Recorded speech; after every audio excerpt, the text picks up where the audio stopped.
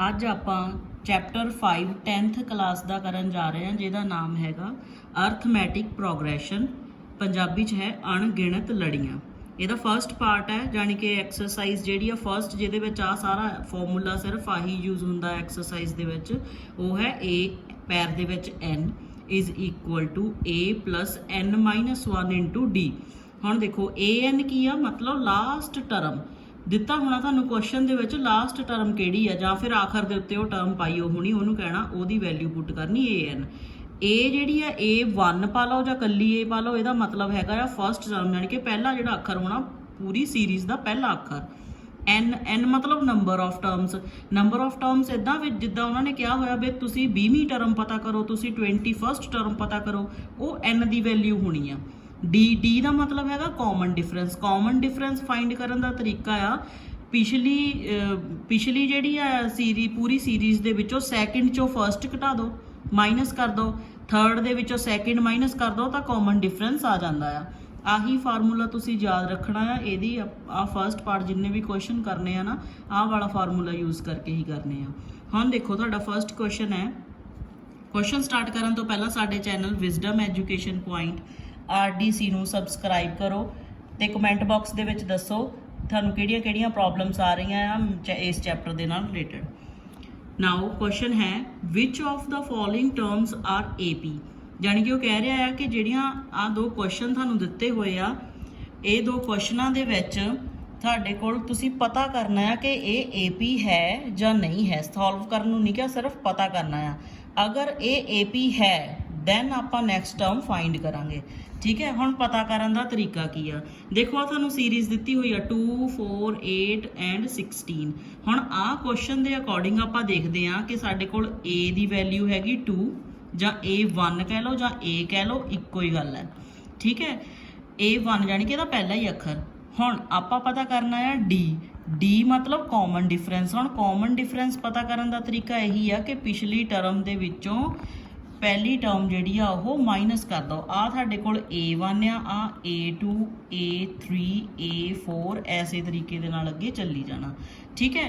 ਹੁਣ d ਅਗਰ ਸਾਰੀ series ਨੂੰ ਜਦੋਂ ਤੁਸੀਂ ਮਾਈਨਸ ਕਰਦੇ ਆ, ਪਿਛਲੀ ਚੋਂ ਅਗਲੀ ਮਾਈਨਸ ਕਰਦੇ ਆ, ਅਗਰ ਤੁਹਾਡਾ d ਜਿਹੜੀ ਆ ਵੈਲਿਊ ਸੇਮ ਆ ਰਹੀ ਆ ਕਾਮਨ ਡਿਫਰੈਂਸ ਦੀ, ਫਿਰ ਇਹ AP ਹੈ। ਆ ਸੀਰੀਜ਼ ਜੋ ਦਿੱਤੀ ਆ ਉਹ AP ਹੈਗੀ ਆ। ਅਗਰ ਇਦਾਂ ਨਹੀਂ ਆਉਂਦਾ ਤਾਂ ਫਿਰ ਉਹ AP ਨਹੀਂ ਹੋਊਗੀ। ਹੁਣ ਦੇਖੋ a2 ਕਿੰਨਾ ਸੀਗਾ 4, a1 ਕਿੰਨਾ ਸੀਗਾ 2, ਜਦੋਂ ਮਾਈਨਸ ਕੀਤਾ ਤਾਂ ਵੈਲਿਊ ਆ ਗਈ 2। ਅਗਲਾ ਕਾਮਨ ਡਿਫਰੈਂਸ ਆਪਾਂ ਦੇਖੀਏ a3 ਦੇ ਵਿੱਚੋਂ a2 ਮਾਈਨਸ ਕਰੀਏ, a3 ਕਿੰਨੀ ਆ 8 ਔਰ a2 ਕਿੰਨੀ ਆ 4, ਠੀਕ ਹੈ। ਜਦੋਂ ਮਾਈਨਸ ਕੀਤਾ ਤਾਂ ਕਿੰਨਾ ਆ ਗਿਆ ਤੁਹਾਡੇ ਕੋਲ 4। ਹੁਣ ਤੁਸੀਂ ਇੱਥੇ ਹੀ ਚੈੱਕ ਕਰ ਸਕਦੇ ਹੋ, ਇਹਦੀ ਵੈਲਿਊ ਜਦੋਂ ਮਾਈਨਸ ਕੀਤੀ ਤਾਂ 2 ਆਈ। ਹੁਣ ਜਦੋਂ ਸੈਕਿੰਡ ਟਰਮ ਆਪਾਂ ਮਾਈਨਸ ਕੀਤੀ, ਥਰਡ ਚੋਂ ਸੈਕਿੰਡ ਮਾਈਨਸ ਕੀਤੀ ਤਾਂ ਉਹ 4 ਆ ਗਈ। ਇੱਥੋਂ ਹੀ ਪਤਾ ਚੱਲ ਗਿਆ ਕਿ ਕਾਮਨ ਡਿਫਰੈਂਸ ਜਿਹੜਾ ਆ ਉਹ ਇੱਕੋ ਜਿਹਾ ਨਹੀਂ ਆਉਂਦਾ ਪਿਆ, ਸੇਮ ਨਹੀਂ ਆਉਂਦਾ ਪਿਆ। ਇਹਦਾ ਮਤਲਬ it is not N AP। Arithmetic progression ਨੂੰ AP ਕਹਿ ਦਿੰਦੇ ਸ਼ਾਰਟ ਫਾਰਮ ਦੇ ਵਿੱਚ। ਇਸ ਤੋਂ ਬਾਅਦ ਕੁਐਸਚਨ ਸੋਲਵ ਨਹੀਂ ਕਰਨਾ ਅਗਰ ਉਹ AP ਨਹੀਂ ਨਿਕਲੀ, ਠੀਕ ਹੈ। ਨੈਕਸਟ ਟਰਮ ਬਿਲਕੁਲ ਸੇਮ ਟੂ ਸੇਮ। a ਕਿਹਦੇ ਬਰਾਬਰ ਹੈ, a1 ਜਾਂ a ਹੈਗੀ ਆ 3 ਦੇ ਬਰਾਬਰ, a2 ਹੈਗੀ ਆ ਤੁਹਾਡੇ ਕੋਲ 3 ਪਲਸ ਅੰਡਰ ਦੀ ਰੂਟ 2, ਠੀਕ ਹੈ। ਆ a1 a2 a3 a4। ਹੁਣ ਤੁਸੀਂ ਕਾਮਨ ਡਿਫਰੈਂਸ ਪਹਿਲਾਂ ਪਤਾ ਕਰਨਾ, ਮੋਰੇ ਲਿਖ ਸਕਦੇ ਹੋ ਤੁਸੀਂ ਕਾਮਨ ਡਿਫਰੈਂਸ ਜਾਂ ਲਿਖ ਸਕਦੇ ਹੋ ਸਾਂਝਾ ਅੰਤਰ, ਪੰਜਾਬੀ ਵਿੱਚ ਸਾਂਝਾ ਅੰਤਰ। d ਦਾ ਵੈਲਿਊ ਕਿੰਨੀ ਆ ਗਈ, ਪਿਛਲੀ ਦੇ ਵਿੱਚੋਂ ਅਗਲੀ ਮਾਈਨਸ ਕਰਨੀ ਆ, ਜਾਣੀ ਕਿ 3 ਪਲਸ ਅੰਡਰ ਦੀ ਰੂਟ 2, ਇਹਦੇ ਵਿੱਚੋਂ ਮਾਈਨਸ ਕੀਤਾ 3। ਹੁਣ ਦੇਖੋ ਇੱਕ 3 ਪਲੱਸ ਦਾ ਇੱਕ 3 ਮਾਈਨਸ ਦਾ ਕੈਂਸਲ ਹੋ ਗਿਆ ਤਾਂ ਵੈਲਿਊ ਤੁਹਾਡੀ ਆ ਗਈ ਅੰਡਰ ਦੀ ਰੂਟ 2। ਨੈਕਸਟ ਜਦੋਂ ਕਾਮਨ ਡਿਫਰੈਂਸ ਆਪਾਂ ਫਾਈਂਡ ਕਰਦੇ ਆ a3 ਮਾਈਨਸ a2, a3 ਦੀ ਵੈਲਿਊ ਕਿੰਨੀ ਆ a3 ਆ ਆਪਣੇ ਕੋਲ 3 ਪਲਸ 2 ਅੰਡਰ ਦੀ ਰੂਟ 2, ਮਾਈਨਸ ਕੀਤਾ ਇਹਦੇ ਵਿੱਚੋਂ ਸੈਕਿੰਡ ਟਰਮ। ਹੁਣ ਦੇਖੋ ਕਿਸੇ ਵੀ ਟਰਮ ਦੇ ਮੂਹਰੇ ਮਾਈਨਸ ਆ ਜਾਵੇ ਤਾਂ ਉਹ ਬ੍ਰੈਕਟ 'ਚ ਲਿਖੀ ਦੀ ਹੁੰਦੀ ਆ, ਕਿਉਂਕਿ ਬ੍ਰੈਕਟ ਜਦੋਂ ਖੋਲ੍ਹਣੀ ਆ ਤਾਂ ਵਿੱਚ ਵਾਲੇ ਸਾਈਨ ਚੇਂਜ ਹੋ ਜਾਣੇ। ਤਾਂ ਉਹ ਸਾਡੇ ਕੋਲ ਹੈਗਾ ਆਹ a3 ਮਾਈਨਸ a2। ਹੁਣ ਇਹਨੂੰ ਖੋਲੋ, ਓਪਨ ਕਰੋ, 3 ਪਲਸ 2 ਅੰਡਰ ਦੀ ਰੂਟ 2, ਮਾਈਨਸ ਆ ਮਾਈਨਸ ਦੇ ਮੂਹਰੇ ਬ੍ਰੈਕਟ ਸੀਗੀ ਨਾ, ਤਾਂ ਮਾਈਨਸ ਸੀਗੀ ਬ੍ਰੈਕਟ ਦੇ ਮੂਹਰੇ, ਤਾਂ ਆਪਾਂ ਅੰਦਰਲੇ ਸਾਈਨ ਚੇਂਜ ਕਰਨੇ, 3 ਮਾਈਨਸ ਅੰਡਰ ਦੀ ਰੂਟ 2। ਹੁਣ ਦੇਖੋ ਕੈਂਸਲ ਕੀਤਾ, 3 ਇੱਕ ਪਲੱਸ ਦਾ ਮਾਈਨਸ ਦਾ ਕੈਂਸਲ ਹੋ ਗਿਆ। ਆ ਅੰਡਰ ਦੀ ਰੂਟ 2 ਆ ਵੀ ਅੰਡਰ ਦੀ ਰੂਟ 2 ਆ, ਲੇਕਿਨ ਇਹਦੇ ਮੂਹਰੇ 2 ਆ, ਇਹਦੇ ਮੂਹਰੇ 1 ਆ। ਹੁਣ 2 ਅੰਡਰ ਦੀ ਰੂਟ 2 ਤਾਂ ਐਜ਼ ਇਟ ਇਜ਼ ਹੀ ਆ ਗਿਆ ਹੈ ਨਾ। ਹੁਣ ਆ 2 ਦੇ ਵਿੱਚੋਂ ਇਹਦੇ ਮੂਹਰੇ 1 ਮਾਈਨਸ ਕੀਤਾ ਤਾਂ 1 ਆ ਗਿਆ, ਉਹ ਆਪਾਂ ਮੂਹਰੇ ਲਿਖਣਾ ਨਹੀਂ, ਤਾਂ ਇਹਦੀ ਵੈਲਿਊ ਵੀ ਕਿੰਨੀ ਆ ਗਈ, ਅੰਡਰ ਦੀ ਰੂਟ 2। ਹੁਣ ਦੇਖੋ ਅਗਰ ਤੁਸੀਂ A4 ਦੇ ਵਿੱਚੋਂ A3 ਮਾਈਨਸ ਕਰੋਗੇ, ਕਰਕੇ ਦੇਖ ਲੈਣਾ, ਉਹ ਵੀ ਅੰਡਰ ਦੀ ਰੂਟ 2 ਹੀ ਆਏਗਾ। ਇਹਦਾ ਮਤਲਬ ਕੀ ਆ, ਇਟ ਇਜ਼ ਐਨ AP, ਇਹ AP ਹੈਗੀ ਆ। ਓਕੇ, ਹੁਣ ਆਪਾਂ ਇਹਦੀ ਨੈਕਸਟ ਟਰਮ ਫਾਈਂਡ ਕਰਨੀ, ਜਾਣੀ ਕਿ A5 ਔਰ A6 ਦੋ ਟਰਮ ਆਪਾਂ ਫਾਈਂਡ ਕਰਕੇ ਦਿਖਾਉਂਦੇ ਆ। ਹੁਣ A5 ਔਰ A6 ਕਿੱਦਾਂ ਫਾਈਂਡ ਕਰੋਗੇ? ਦੇਖੋ A5 ਕੀ ਸੀਗਾ, ਜਦੋਂ ਆਪਣੇ ਕੋਲ A4 ਜਿਹੜੀ ਆ ਉਹਦੇ ਵਿੱਚ ਅਗਰ ਤੁਸੀਂ D ਨੂੰ ਪਲੱਸ ਕਰ ਦੋਗੇ ਤਾਂ ਤੁਹਾਡੇ ਕੋਲ ਨੈਕਸਟ ਟਰਮ ਜਿਹੜੀ ਆ ਉਹ ਆ ਜਾਏਗੀ। A5 ਪਤਾ ਕਰਨ ਦੇ ਲਈ ਤੁਸੀਂ ਉਹਦੇ ਵਿੱਚ ਪਲੱਸ ਕਰ ਦਿਓ D, ਠੀਕ ਹੈ। A5 is equal to A4 plus D। A4 term ਸਾਨੂੰ ਗਿਵਨ ਹੀ ਆ, ਉਹ ਕਿੰਨੀ ਆ, 3 ਪਲੱਸ 3 ਅੰਡਰ ਦੀ ਰੂਟ 2। ਇਹਦੇ ਵਿੱਚ D ਪਲੱਸ ਕਰੀਏ, D ਮਤਲਬ ਜਿਹੜਾ ਆਪਾਂ ਕਾਮਨ ਡਿਫਰੈਂਸ ਕੱਢਿਆ ਸਾਰੇ ਦਾ, ਉਹ ਸੀ ਅੰਡਰ ਦੀ ਰੂਟ 2।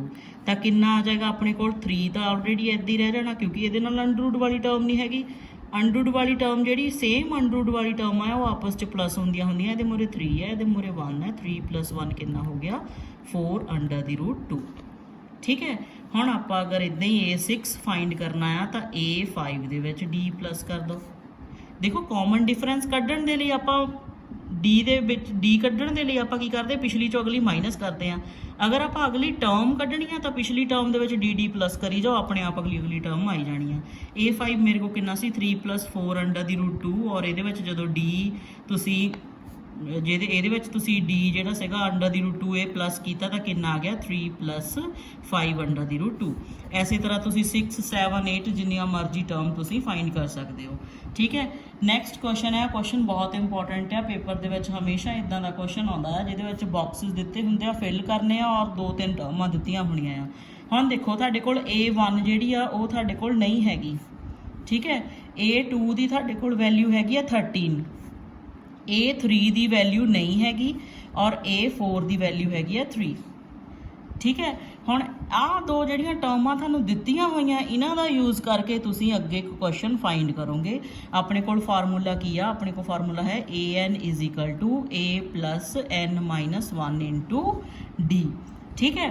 AN ਮਤਲਬ ਮੇਰੇ ਕੋਲ ਕਿੰਨੀ ਆ, A2 ਹੈ ਨਾ, ਇਜ਼ ਇਕੁਅਲ ਟੂ A1, ਜਾਂ A ਇੱਕੋ ਹੀ ਚੀਜ਼ ਆ ਤਾਂ ਮੇਰੇ ਕੋਲ ਤਾਂ ਇਹਦੀ ਵੈਲਿਊ ਨਹੀਂ ਹੈਗੀ, ਪਲੱਸ N ਜਿਹੜੀ ਹੁੰਦੀ ਆ, ਇਹਦੇ ਪੈਰ ਦੇ ਵਿੱਚ ਜੋ ਚੀਜ਼ ਹੁੰਦੀ ਆ ਨਾ, ਉਹ ਹੁੰਦੀ ਨੰਬਰ ਆਫ ਟਰਮਸ, ਮਤਲਬ N ਦੀ ਵੈਲਿਊ ਕਿੰਨੀ ਆ, 2 ਮਾਈਨਸ 1। ਹੁਣ D ਦੀ ਵੈਲਿਊ ਵੀ ਮੈਨੂੰ ਨਹੀਂ ਪਤਾ ਤਾਂ ਐਜ਼ ਇਟ ਇਜ਼ ਰਹਿਣ ਦਿਓ। A2 ਦੀ ਵੈਲਿਊ ਮੈਨੂੰ ਪਤਾ ਹੈ ਕਿੰਨੀ ਆ, ਪੁੱਟ ਕਰ ਦਿਓ, 13 is equal to A plus 2 ਦੇ ਵਿੱਚੋਂ 1 ਮਾਈਨਸ ਕੀਤਾ, 1 ਇਕੱਲਾ ਹੀ ਰਹਿ ਗਿਆ D, ਇਹਨੂੰ ਨੰਬਰ 1 ਲਿਖ ਲਓ, ਠੀਕ ਹੈ। ਇਸੇ ਤਰ੍ਹਾਂ ਦੂਸਰੀ ਇਕੁਏਸ਼ਨ ਮੇਰੇ ਕੋਲ ਕਿੰਨੀ ਸੀਗੀ, A4 ਦੀ ਵੈਲਿਊ ਕਿੰਨੀ ਸੀਗੀ, 3। ਆਹ ਚੀਜ਼ ਮੈਨੂੰ ਦਿੱਤੀ ਹੋਈ ਆ। ਫਿਰ ਫਾਰਮੂਲਾ ਲਗਾਓ, AN is equal to A plus N minus 1 into D। AN ਕਿੰਨੀ, A4 is equal to A ਦੀ ਵੈਲਿਊ ਮੈਨੂੰ ਨਹੀਂ ਪਤਾ, 4 ਮਾਈਨਸ 1 ਇੰਟੂ D। A4 ਦੀ ਵੈਲਿਊ ਕਿੰਨੀ ਆ ਮੇਰੇ ਕੋਲ, 3 is equal to A plus 4 ਦੇ ਵਿੱਚੋਂ 1 ਮਾਈਨਸ ਕੀਤਾ, ਕਿੰਨਾ ਹੋ ਗਿਆ, 3D। ਆ ਮੇਰੇ ਕੋਲ ਇਕੁਏਸ਼ਨ ਨੰਬਰ 2 ਆ ਗਈ। ਹੁਣ ਆਪਾਂ 3rd ਚੈਪਟਰ ਦੇ ਵਿੱਚ ਮੈਥਡ ਲਗਾਏ ਸੀ ਕੁਝ, ਸਬਸਟੀਟਿਊਸ਼ਨ ਮੈਥਡ, ਐਲੀਮੀਨੇਸ਼ਨ ਮੈਥਡ, ਤਾਂ ਤੁਸੀਂ ਜਿਹੜਾ ਮਰਜ਼ੀ ਮੈਥਡ ਇੱਥੇ ਯੂਜ਼ ਕਰਕੇ ਦੋ ਇਕੁਏਸ਼ਨਾਂ ਨੂੰ ਸੋਲਵ ਕਰ ਸਕਦੇ ਹੋ। ਮੈਂ ਤੁਹਾਡੇ ਲਈ ਯੂਜ਼ ਕਰਦੀ ਹਾਂ ਐਲੀਮੀਨੇਸ਼ਨ ਮੈਥਡ। ਐਲੀਮੀਨੇਸ਼ਨ ਮੈਥਡ ਦੇ ਵਿੱਚ ਆਪਾਂ ਕੀ ਕਰਦੇ ਸੀਗੇ, ਮਾਈਨਸ ਕਰਦੇ ਸੀ ਤਾਂ ਉਹ ਲਿਖ ਲਈਏ ਪਹਿਲਾਂ ਸਾਰੀ ਟਰਮ 3D, ਠੀਕ ਹੈ। ਮਾਈਨਸ ਕੀਤਾ ਮਤਲਬ ਸਾਈਨ ਚੇਂਜ ਹੋ ਗਿਆ, ਸਾਈਨ ਚੇਂਜ ਹੋ ਗਿਆ ਤਾਂ ਇੱਕ A ਪਲੱਸ ਦਾ ਇੱਕ A ਮਾਈਨਸ ਦਾ ਕੈਂਸਲ ਹੋ ਗਿਆ। 13 ਦੇ ਵਿੱਚੋਂ 3 ਮਾਈਨਸ ਕੀਤੇ 10 ਆ ਗਏ, ਇਜ਼ ਇਕਲ ਟੂ 1D ਦੇ ਵਿੱਚੋਂ ਜਦੋਂ ਤੁਸੀਂ 3 ਮਾਈਨਸ ਕੀਤਾ ਤਾਂ ਕਿੰਨਾ ਆ ਗਿਆ, ਮਾਈਨਸ ਦੀ 2D, ਠੀਕ ਹੈ। D ਇੱਧਰ ਹੀ ਰਹਿਣ ਦਿਓ, ਮਾਈਨਸ 2 ਦੂਸਰੇ ਪਾਸੇ ਆ, ਮਲਟੀਪਲਾਈ 'ਚ ਸੀ, ਦੂਸਰੇ ਪਾਸੇ ਜਾ ਕੇ ਇਹ ਡਿਵਾਈਡ ਹੋ ਜਾਏਗਾ ਤਾਂ ਕਿੰਨਾ ਆਨਸਰ ਆ ਜਾਏਗਾ, D ਦੀ ਵੈਲਿਊ ਆ ਜਾਏਗੀ ਤੁਹਾਡੇ ਕੋਲ ਮਾਈਨਸ ਦਾ 5, ਠੀਕ ਹੈ। D ਦੀ ਵੈਲਿਊ ਸਾਡੇ ਕੋਲ ਮਾਈਨਸ ਦਾ 5 ਆ ਗਿਆ। ਹੁਣ ਆਪਾਂ ਫਾਈਂਡ ਕੀ ਕਰਨਾ ਹੈ, A1 ਜਾਂ ਫਿਰ ਆਪਣੇ ਕੋਲ ਫਾਈਂਡ ਕੀ ਕਰਨਾ ਹੈ ਆਪਾਂ, A3। ਹੁਣ A3 ਫਾਈਂਡ ਕਰਨ ਦੇ ਲਈ ਆਪਾਂ ਕੀ ਕਰਾਂਗੇ, A3 ਫਾਈਂਡ ਕਰਨ ਦੇ ਲਈ ਉਹਦਾ ਫਾਰਮੂਲਾ ਯੂਜ਼ ਕਰ ਲਵਾਂਗੇ। ਫਾਰਮੂਲਾ ਹੈ ਸਾਡੇ ਕੋਲ A3 ਦਾ is equal to A plus 3 minus 1 into ਕਿੰਨਾ ਵੈਲਿਊ ਆ ਸਾਡੇ ਕੋਲ D ਦੀ ਵੈਲਿਊ ਸਾਡੇ ਕੋਲ ਕਿੰਨੀ ਆ -5 ਇੱਥੇ ਪੁੱਟ ਕਰ ਦੇਣਾ ਤੁਸੀਂ ਠੀਕ ਹੈ। ਤਾਂ A ਜਿਹੜੀ ਆ ਸਾਡੇ ਕੋਲ ਜਾਂ ਫਿਰ ਪਹਿਲਾਂ ਆਪਾਂ ਇੱਥੇ ਇਸ ਇਕੁਏਸ਼ਨ ਦੇ ਵਿੱਚ ਪਹਿਲਾਂ ਆਪਾਂ ਪੁੱਟ ਕਰਕੇ ਵੈਲਿਊ ਕੱਢ ਲੈਂਦੇ A ਦੀ। ਆਪਣੇ ਕੋਲ D ਦੀ ਵੈਲਿਊ ਕਿੰਨੀ ਆਈ ਸੀ ਇੱਥੇ ਦੇਖੋ 13 is equal to A D the value ਆਈ -5 -5 ਦੂਸਰੇ ਪਾਸੇ ਲੈ ਕੇ ਗਏ ਕਿੰਨਾ ਆ ਗਿਆ 13 plus the 5 is equal to A ਦੀ ਵੈਲਿਊ ਕਿੰਨੀ ਆ ਗਈ 13 ਪਲੱਸ 5 ਕਿੰਨੇ ਹੋ ਗਏ ਤੁਹਾਡੇ ਕੋਲ 18 ਠੀਕ ਹੈ। ਹੁਣ ਦੇਖੋ ਹੁਣ ਆਪਾਂ ਨੂੰ ਬਹੁਤ ਆਸਾਨ ਹੈ ਇਹ ਵੈਲਿਊਜ਼ ਫਾਈਂਡ ਕਰਨਾ A3 ਦੀ ਵੈਲਿਊ। ਹੁਣ A ਦੀ ਵੈਲਿਊ ਤਾਂ ਆਪਣੇ ਕੋਲ 18 ਆ ਗਈ ਹੈ ਨਾ A ਜਾਣੀ ਕਿ ਫਸਟ ਟਰਮ A ਦੀ ਵੈਲਿਊ 18 ਆ ਗਈ। ਹੁਣ ਆਪਾਂ ਬੜੀ ਆਸਾਨੀ ਦੇ ਨਾਲ ਇੱਥੇ ਪੁੱਟ ਕਰ ਸਕਦੇ ਹਾਂ 18 ਪਲੱਸ 3 ਦੇ ਵਿੱਚੋਂ 1 ਮਾਈਨਸ ਗਿਆ 2 ਔਰ D ਦੀ ਵੈਲਿਊ ਕਿੰਨੀ ਆ ਆਪਣੇ ਕੋਲ -5। ਇਹਨੂੰ ਸੋਲਵ ਕਰ ਲਵਾਂਗੇ 18 ਮਾਈਨਸ ਕਿੰਨਾ ਆ ਗਿਆ 10 ਇਜ਼ ਇਕੁਅਲ ਟੂ 8 ਜਾਣੀ ਕਿ A3 ਦੀ ਵੈਲਿਊ ਮੇਰੇ ਕੋਲ ਕਿੰਨੀ ਆ ਗਈ 8। ਹੁਣ ਇਹਦੇ ਵਿੱਚ ਫਿਲ ਕਰ ਦਿਓ ਜਿੱਥੇ ਤੁਸੀਂ ਕੁਐਸਚਨ ਸ਼ੁਰੂ ਕੀਤਾ ਸੀ A1 ਦੀ ਵੈਲਿਊ ਕਿੰਨੀ ਆ ਗਈ 18 ਔਰ A ਜਿਹੜਾ ਆ ਸਾਡੇ ਕੋਲ 3 ਸੀਗਾ ਉਹਦੀ ਵੈਲਿਊ ਕਿੰਨੀ ਆ ਗਈ ਸੀਗੀ 8। ਇਹੀ ਤੁਹਾਡਾ ਕੁਐਸਚਨ ਹੈ। ਇਹਦੇ ਨਾਲ ਦਾ ਹੀ ਕੁਐਸਚਨ ਆਪਾਂ ਇੱਕ ਹੋਰ ਸੋਲਵ ਕਰਦੇ ਆ ਜਿਹਦੇ ਵਿੱਚ ਥੋੜੇ ਜਿਹਾ ਜ਼ਿਆਦਾ ਦਿੱਤੇ ਹੋਏ ਆ ਫਾਈਂਡ ਕਰਨੇ ਦੇ ਲਈ। ਇਹਦੇ ਵਿੱਚ ਸਾਨੂੰ ਪਤਾ ਕੀ ਆ ਮੈਨੂੰ A1 ਪਤਾ ਜਿਹੜਾ -4 ਹੈ ਠੀਕ ਹੈ ਔਰ A2 A3 A4 A5 ਮੈਨੂੰ ਨਹੀਂ ਪਤਾ A6 ਦੀ ਵੈਲਿਊ ਪਤਾ ਆ ਜਿਹੜੀ ਹੈ 6 ਠੀਕ ਹੈ। ਸਾਨੂੰ ਸਿਰਫ ਆਹ ਦੋ ਚੀਜ਼ਾਂ ਪਤਾ ਹੋਰ ਮੈਨੂੰ ਕੁਛ ਵੀ ਨਹੀਂ ਪਤਾ ਇਸ ਚੀਜ਼ ਦਾ। ਤਾਂ ਆਪਾਂ ਕਿੱਦਾਂ ਫਾਈਂਡ ਕਰਾਂਗੇ ਇਹਨਾਂ ਦੇ ਵਿੱਚੋਂ ਸਾਨੂੰ D ਕੱਢਣਾ ਪਏਗਾ ਪਹਿਲਾਂ ਤਾਂ ਹੈ ਨਾ D ਜਦੋਂ D ਨਿਕਲੇਗਾ ਤਾਂ ਆਪਣੇ ਆਪ ਟਰਮਾਂ ਨਿਕਲਣੀਆਂ ਸ਼ੁਰੂ ਹੋ ਜਾਏਗੀਆਂ। ਦੇਖੋ ਹੁਣ D ਕਿੱਦਾਂ ਕੱਢਣਾ ਆਪਾਂ ਜਿਹੜੀ ਚੀਜ਼ ਦਿੱਤੀ ਹੋਈ ਹੈ ਨਾ ਉਹਨੂੰ ਯੂਜ਼ ਕਰਨਾ ਆ ਉਹਨੂੰ ਯੂਜ਼ ਕਰਕੇ ਅੱਗੇ ਫਾਈਂਡ ਕਰਨਾ ਆ AN ਉਹੀ formula A plus N minus 1 into D। ਹੁਣ AN ਦੀ ਜਗ੍ਹਾ ਤੇ A6 ਦਿੱਤਾ ਹੋਇਆ is equal to A ਦੀ ਵੈਲਿਊ ਮੈਨੂੰ ਪਤਾ ਹੈ A ਔਰ A1 ਇੱਕੋ ਹੀ ਗੱਲ ਹੁੰਦੀ ਆ -4 plus N ਦੀ ਵੈਲਿਊ ਜਿਹੜਾ ਇਹਦੇ ਪੈਰ ਦੇ ਵਿੱਚ ਹੋਵੇ ਉਹ N ਦੀ ਵੈਲਿਊ ਹੋ ਗਈ ਉਹ ਨੰਬਰ ਆਫ ਟਰਮ ਹੋ ਗਿਆ D ਮੈਨੂੰ ਨਹੀਂ ਪਤਾ। ਜਦ ਸਾਰੀਆਂ ਚੀਜ਼ਾਂ ਪਤਾ ਆ ਇੱਕ ਚੀਜ਼ ਨਹੀਂ ਪਤਾ ਤਾਂ ਆਸਾਨੀ ਦੇ ਨਾਲ ਉਹ ਨਿਕਲ ਸਕਦੀ ਆ। A6 ਦੀ ਵੈਲਿਊ ਦੇਖੋ ਆ ਦਿੱਤੀ ਹੋਈ ਆ 6 is equal to -4 plus 6 ਦੇ ਵਿੱਚੋਂ 1 ਗਏ 5D। ਪਹਿਲਾਂ ਪਲੱਸ ਵਾਲਾ ਜਾਂ ਮਾਈਨਸ ਵਾਲਾ ਦੂਸਰੇ ਪਾਸੇ ਲੈ ਕੇ ਜਾਇਓ ਫਿਰ ਮਲਟੀਪਲਾਈ ਵਾਲਾ ਇਹ ਸਿਸਟਮੈਟਿਕਲੀ ਕਰਨਾ। ਕਈ ਬੱਚੇ ਕਰਦੇ ਆ ਇਧਰੋਂ 5 ਪਹਿਲਾਂ ਜਿਹੜਾ ਹੈਗਾ ਇਹ ਦੂਸਰੇ ਪਾਸੇ ਜਾ ਕੇ ਡਿਵਾਈਡ ਕਰ ਦਿੰਦੇ ਤਾਂ ਉਹ ਗਲਤ ਹੋ ਜਾਏਗਾ।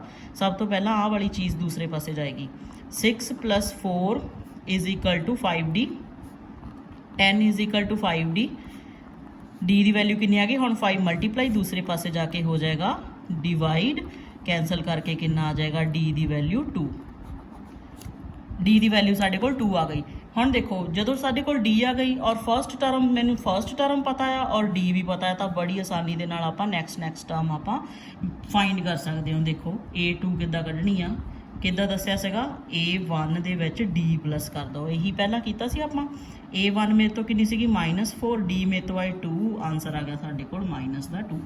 A3 फाइंड करनी आ A2 ਦੇ ਵਿੱਚ प्लस कर दो D -2 प्लस ਦਾ D किन्ना प्लस ਦਾ 2 किन्नी आ गई वैल्यू 0।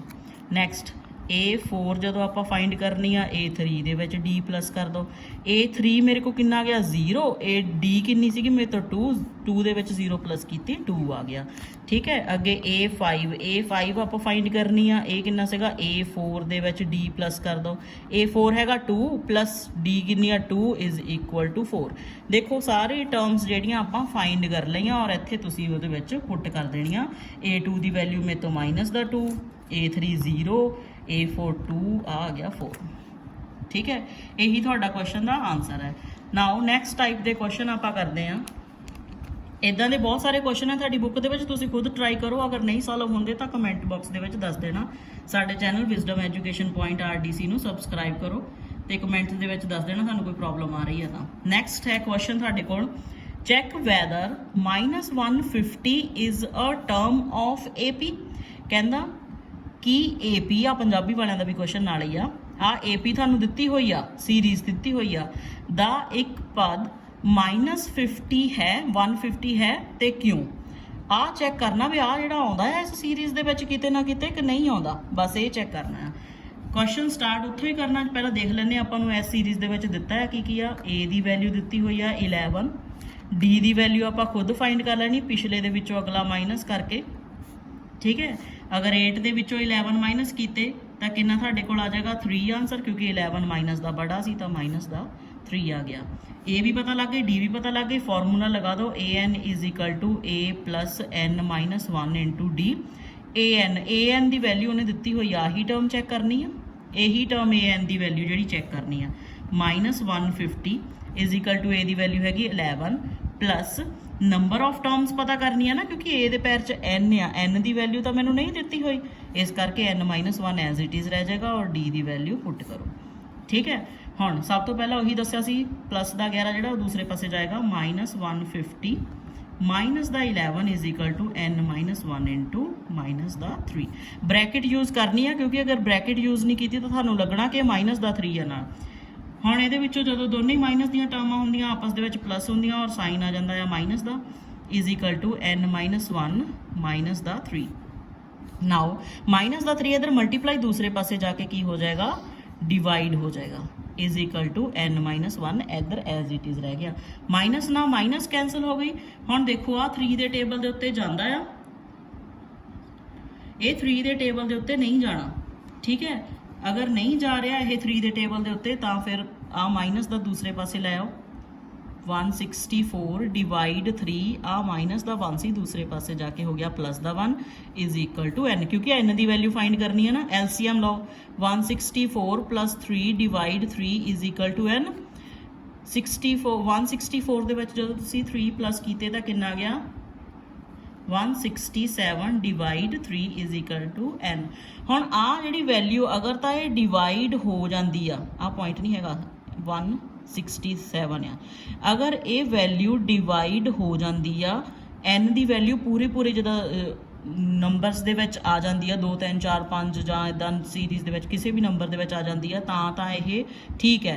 ਹੁਣ ਆ ਇਹਦੇ ਤੇ ਡਿਵੀਜ਼ੀਬਲ ਨਹੀਂ ਹੈਗਾ, 3 ਦੇ ਉੱਤੇ ਡਿਵੀਜ਼ੀਬਲ ਨਹੀਂ ਹੈਗਾ, ਇਸ ਕਰਕੇ ਜਿਹੜੀ ਆ n ਜਿਹੜੀ ਆ ਇਜ਼ ਨਾਟ ਐਨ ਇੰਟੀਜਰ, ਜਾਣੀ ਕਿ ਮਾਈਨਸ ਇਨਫਿਨਿਟੀ ਤੋਂ ਪਲੱਸ ਇਨਫਿਨਿਟੀ ਤੱਕ n ਦੀ ਵੈਲਿਊ ਨਹੀਂ ਆਉਂਦੀ ਪਈ, ਪੁਆਇੰਟਾਂ 'ਚ ਆਉਂਦੀ ਪਈ ਆ, ਪੁਆਇੰਟਾਂ 'ਚ ਨਹੀਂ ਆਉਣੀ ਚਾਹੀਦੀ।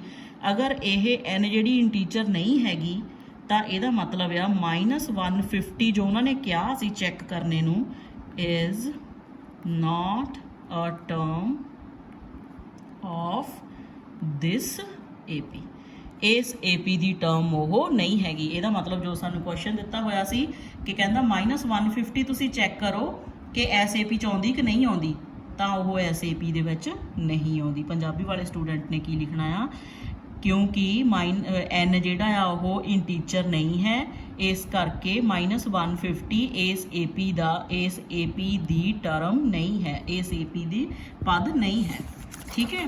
ਨੈਕਸਟ ਟਾਈਪ ਦਾ ਕੁਐਸਚਨ ਕਰਦੇ ਆ। ਐਨ AP ਕੰਸਿਸਟ ਆਫ 50 ਟਰਮਸ, ਯਾਨੀ ਕਿ ਇੱਕ AP ਦੇ ਵਿੱਚ 50 ਟਰਮਸ ਆ, 50 ਪਦ ਆ, ਜਿਸ ਦਾ ਥਰਡ ਯਾਨੀ ਕਿ A ਦੇ ਪੈਰ ਦੇ ਵਿੱਚ 3 ਉਹ ਦਿੱਤਾ ਹੋਇਆ 12 ਤੇ ਲਾਸਟ ਯਾਨੀ ਕਿ ਲਾਸਟ ਮਤਲਬ 50 ਟਰਮਸ ਦਾ 50 ਟਰਮ ਹੈ ਤਾਂ ਲਾਸਟ 50ਵੀਂ ਟਰਮ ਹੋਊਗੀ ਉਹ 106 ਆ, ਠੀਕ ਹੈ। 29th ਜਿਹੜਾ ਆ ਉਹ ਤੁਸੀਂ ਫਾਈਂਡ ਕਰਨਾ। ਦੇਖੋ ਬਹੁਤ ਆਸਾਨ ਕੁਐਸਚਨ ਆ, ਜੋ ਤੁਹਾਨੂੰ ਦਿੱਤਾ ਹੈ ਨਾ ਉਹੀ ਚੀਜ਼ ਤੁਸੀਂ ਲਿਖ ਲੈਣੀ ਆ। ਪਹਿਲਾਂ ਸਾਡੇ ਕੋਲ ਕੀ ਉਹਨੇ ਦਿੱਤਾ ਹੋਇਆ, ਸਾਨੂੰ ਦਿੱਤਾ ਹੋਇਆ ਥਰਡ ਟਰਮ ਜਿਹੜੀ ਹੈਗੀ ਆ 12 ਹੈ, ਠੀਕ ਹੈ। ਟਰਮ ਮਤਲਬ ਐਦਾ ਪੈਰ ਦੇ ਵਿੱਚ ਲਿਖਣਾ ਹੁੰਦਾ। ਉਸ ਤੋਂ ਬਾਅਦ ਉਹਨੇ ਕੀ ਦਿੱਤਾ ਹੋਇਆ, ਲਾਸਟ ਟਰਮ ਜਾਣੀ ਕਿ ਲਾਸਟ ਟਰਮ ਇੱਕ AP ਦੇ ਵਿੱਚ ਅਗਰ 50 ਟਰਮ ਆਇਆ ਤਾਂ ਲਾਸਟ ਟਰਮ 50 ਹੋਈ, ਉਹ ਸਾਨੂੰ ਦਿੱਤੀ ਹੋਈ ਆ ਉਹਨੇ 106, ਠੀਕ ਹੈ। ਡਿਫਰੈਂਸ ਮੈਨੂੰ ਨਹੀਂ ਪਤਾ, ਹੋਰ ਮੈਨੂੰ ਕੀ ਚੀਜ਼ ਉਹਨੇ ਫਾਈਂਡ ਕਰਨੇ ਨੂੰ ਕਹੀ ਆ, 29th ਟਰਮ ਜਿਹੜੀ ਆ ਉਹ ਤੁਸੀਂ ਫਾਈਂਡ ਕਰੋ। ਆਹ ਕੁਐਸਚਨ ਆ ਤੁਹਾਡਾ, ਬਹੁਤ ਸਿੰਪਲ ਜਿਹਾ ਕੁਐਸਚਨ ਹੈ। ਜੋ ਚੀਜ਼ ਤੁਹਾਨੂੰ ਪਤਾ ਆ ਉਸੇ ਚੀਜ਼ ਤੋਂ ਤੁਸੀਂ ਸ਼ੁਰੂਆਤ ਕਰੋਗੇ। ਤੁਹਾਨੂੰ ਪਤਾ ਹੈ A3 ਤਾਂ A3 ਦੇ ਉੱਤੇ ਫਾਰਮੂਲਾ ਲਗਾ ਦਿਓ, ਫਾਰਮੂਲਾ ਉਹੀ an is equal to A plus n minus 1 into D। ਜਿਹੜੀ ਚੀਜ਼ ਪਤਾ, ਦੇਖੋ an ਮਤਲਬ A3 is equal to A plus 3 minus 1 into D। A3 ਦੀ ਵੈਲਿਊ ਤੁਹਾਡੇ ਕੋਲ 12 ਹੈ, A ਦੀ ਵੈਲਿਊ ਤੁਹਾਨੂੰ ਨਹੀਂ ਪਤਾ, ਪਲੱਸ 2 D ਦੀ ਵੈਲਿਊ ਵੀ ਤੁਹਾਨੂੰ ਨਹੀਂ ਪਤਾ, ਤਾਂ ਇਹ ਤੁਹਾਡੇ ਕੋਲ ਫਸਟ ਟਰਮ ਤੁਹਾਡੀ ਹੋ ਗਈ। ਨਾਓ ਸਿਮਿਲਰਲੀ ਜਦੋਂ ਤੁਸੀਂ ਨੈਕਸਟ ਦੇਖਦੇ ਆ 50 ਵਾਲੀ ਟਰਮ ਦੇਖਦੇ ਆ ਤਾਂ ਉਹ ਕਿੰਨੀ ਆ ਜਾਏਗੀ ਤੁਹਾਡੇ ਕੋਲ A50 दूसरी टर्म जी है A50 is equal to A plus 50 minus 1 into D A50 की value 106 is equal to A की वैल्यू थानू नहीं पता 49 D ए नंबर 2 आ गई। फिर वही चीज़ तुसी एलिमिनेशन मैथड लगाओगे एलिमिनेशन मैथड दे विच तुसी की करोगे माइनस कर दोगे जिहड़ी टर्म वड्डी आ उपर रख लो थले रख लो कोई फर्क नहीं पैंदा हमेशा इक्को जिहा ही आंसर आउंदा हुंदा ठीक है। दूसरी है 12 is equal to A plus 2D इन्हां दोनों जो तुसी एलिमिनेशन मैथड इत्थे मोहरे लिख देना परफॉर्म करोगे तो साइन चेंज इहदे नाल A कैंसल हो गई। हुण 106 दे विचों जदों तुसी माइनस कीती टर्म 12 माइनस कीते तां किन्ने आ जाणगे ये तुहाडे कोल 6 दे विचों 2 गए ये आ गया 4 10 दे विचों बन गया 9 इज इक्वल टू ਇੱਥੇ ਆ ਗਿਆ 49 ਦੇ ਵਿੱਚੋਂ ਅਗਰ ਤੁਹਾਡੇ ਕੋਲੋਂ ਗਏ ਤਾਂ ਇਹ ਆ ਗਿਆ 47D ਆ ਚੀਜ਼ ਆ ਗਈ ਤੁਹਾਡੇ ਕੋਲ ਕਿਉਂਕਿ 49 ਪਲੱਸ ਦਾ ਸੀਗਾ ਤਾਂ ਉਹ ਤੁਹਾਡੇ ਕੋਲ ਪਲੱਸ ਦਾ ਆ ਗਿਆ। ਹੁਣ D ਦੀ ਵੈਲਿਊ ਫਾਈਂਡ ਕਰਨ ਦੇ ਲਈ ਕੀ ਕਰੋਗੇ ਆ ਦੂਸਰੇ ਪਾਸੇ ਲੈ ਜਾਓ 94 ਡਿਵਾਈਡ 47 94 ਡਿਵਾਈਡ 47 ਜਦੋਂ ਤੁਸੀਂ ਕੈਂਸਲ ਕਰੋਗੇ ਤਾਂ ਇਹ 2 ਤੇ ਚਲੇ ਜਾਣਾ डिवाइड करके देख लियो D की वैल्यू आ गई थाडे कोल 2 ना हुण D की वैल्यू सानू पता लग गई हुण उन्हें वैल्यू कड्ढण नूं थानू किहड़ी कही हुई आ उन्हें कड्ढण नूं कही आ अगर D की वैल्यू पता है तो पहला A की कढ लो पुट कर दो इनू 1 दे विच पुट करोगे तो की आ जाएगा 12 is equal to A plus 2 D की वैल्यू मेरे को कितनी आ गई 2 ठीक है। 12 इज इक्वल टू A की वैल्यू मैं फाइंड करनी है 4 12 minus 4 is equal to A की वैल्यू कितनी आ गई जो 12 के विचों तुसी 4 माइनस करोगे तो तुहाडे कोल A की वैल्यू जिहड़ी आ जाएगी 8 ठीक है। हुण जो उन्हें टर्म फाइंड करने नूं कही उन्हें क्या A29 फाइंड करो तो फार्मूला लगा दो A plus 29 minus 1 into D ठीक है। A29 मैनू नहीं पता A की वैल्यू तो पता है प्लस 29 माइनस 1 कितना आ गया 28 D की वैल्यू मेरे को कितनी सीगी 2 ठीक है। 8 प्लस 28 नूं जदों तुसी 2 दे नाल मल्टीप्लाई कीता तां ओह कितना आ गया तुहाडे कोल ओह आ गया 56 आ गया ठीक है। हुण 8 दे विच 56 प्लस कीता तां हो गया 64 A29 की वैल्यू आ गई 64 आही तुहाडे कोल तुहाडा आंसर सी ठीक है। नाउ नैक्सट तुहाडे कोल क्वेश्चन है बहुत आसान जिहा क्वेश्चन है कहंदा विच टर्म ऑफ AP आ जी थानू AP दिती हुई आ बिल भी 132 more than it's 54th term थोड़ा जिहा क्वेश्चन टेढ़ा आ वो की कह रहा आ कहंदा आ AP आ थानू दिती हुई फिर जदों आ AP तुसी फाइंड कर लोगे उहदे विच 132 मोर यानी कि 132 प्लस करके फिर 54th टर्म फाइंड करो। पहला तो जो सानू AP दिती हुई है उहदे उत्ते बिल्कुल पहले वांगू ही A1 की वैल्यू 3 आ गई D की वैल्यू 15 दे विचों 3 जदों तुसी माइनस करोगे तो तुहाडे कोल 12 D की वैल्यू आ जाएगी। फार्मूला लगाओ AN is equal to A54 की वैल्यू दी हुई ना कड्ढण नूं A54 is equal to A plus 54 minus 1 into D आ वैल्यू नहीं पता A की वैल्यू कितनी है तुहाडे कोल 3 प्लस 54 माइनस 1 हो गया 53 और D की वैल्यू तुहाडे कोल कितनी है 12 ठीक है। 3 प्लस 54 नूं जब तुसीं इहदे नाल मल्टीप्लाई करोगे आ जाएगा 636 प्लस करोगे तो आ जाएगा 639 A54 की वैल्यू आ गई ठीक है। इन्नी तो आपां कढ लई हुण जिहड़ा उन्हें क्वेश्चन दिता होया बिल भी 130 मोर यानी कि 132 जिहड़ा आ वो ज़्यादा आ किद्दां कढूंगे नाउ 54th जिहड़ी आ टर्म बिल बी किन्नी हो जाएगी 639 जिन्ना आपां नूं दिता है सी ਉਹਦੇ ਵਿੱਚ ਜਿੰਨਾ ਆਪਾਂ ਫਾਈਂਡ ਕੀਤਾ ਉਹਦੇ ਵਿੱਚ 132 ਜਿਹੜੀ ਆ ਉਹ ਪਲੱਸ ਕਰ ਦਿਓ ਜਦੋਂ ਤੁਸੀਂ ਪਲੱਸ ਕਰਤੀ ਹੈ ਤੁਹਾਡੇ ਕੋਲ ਵੈਲਿਊ ਆ ਗਈ 771 ਠੀਕ ਹੈ। ਨਾਓ ਹੁਣ ਤੁਸੀਂ ਕੀ ਕਰਨਾ ਹੈ ਹੁਣ ਤੁਸੀਂ ਫਾਈਂਡ ਕਰਨਾ ਨੰਬਰ ਆਫ ਟਰਮਸ ਯਾਨੀ ਕਿ nth ਜਿਹੜੀ ਆ term now nth term is equal to आ चीज़ तुसी फाइंड करनी है फार्मूला लगा दो an is equal to a plus n minus 1 into D ਠੀਕ ਹੈ। an ਮਤਲਬ ਆ ਜਿਹੜੀ ਤੁਹਾਡੇ ਕੋਲ ਹੁਣ an ਦੀ ਵੈਲਿਊ ਆ ਗਈ 771 ਇਜ਼ ਇਕੁਅਲ ਟੂ a ਦੀ ਵੈਲਿਊ ਤੁਹਾਨੂੰ ਆਲਰੇਡੀ ਪਤਾ ਸੀ 3 ਪਲੱਸ n ਦੀ ਵੈਲਿਊ ਤੁਹਾਨੂੰ ਨਹੀਂ ਪਤਾ, d ਦੀ ਵੈਲਿਊ ਆਲਰੇਡੀ ਤੁਸੀਂ ਕੱਢੀ ਹੋਈ ਆ 12। ਪੁੱਟ ਕਰਤੀਆਂ ਸਾਰੀਆਂ ਵੈਲਿਊ, ਪਹਿਲਾਂ 3 ਦੂਸਰੇ ਪਾਸੇ ਲੈ ਕੇ ਗਏ 771 ਮਾਈਨਸ ਦਾ 3 is equal to n plus 1 into 12। ਠੀਕ ਹੈ, ਮਾਈਨਸ ਕੀਤਾ, ਮਾਈਨਸ ਕਰਨ ਤੇ ਆ ਗਿਆ 68 is equal to n plus 1 into 12। now 12 इधर मल्टीप्लाई ਦਾ दूसरी साइड ਤੇ ਜਾ ਕੇ ਹੋ ਜਾਏਗਾ divide the is equal to n plus 1।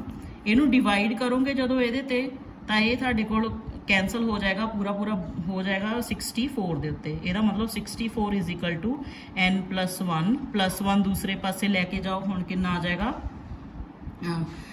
ਇਹ ਆ ਜਾਏਗਾ ਤੁਹਾਡੇ ਕੋਲ ਸੌਰੀ n ਮਾਈਨਸ ਦਾ 1 ਸੀਗਾ ਨਾ ਚੱਲਦਾ ਪਿਆ, n ਮਾਈਨਸ ਦਾ 1 ਜਦੋਂ ਦੂਸਰੇ ਪਾਸੇ ਲੈ ਕੇ ਜਾਓਗੇ ਤਾਂ ਇਹ ਆ ਜਾਏਗਾ ਤੁਹਾਡੇ ਕੋਲ ਪਲੱਸ ਦਾ 1 ਇਜ਼ ਇਕੁਅਲ ਟੂ n, ਕਿਉਂਕਿ ਫਾਰਮੂਲੇ ਦੇ ਵਿੱਚ ਹੀ ਇਹਦੇ ਮਾਈਨਸ ਹੀ ਹੁੰਦੀ ਆ। ਠੀਕ ਹੈ, ਤਾਂ ਮਾਈਨਸ ਹੀ ਪਾਉਣੀ ਆ।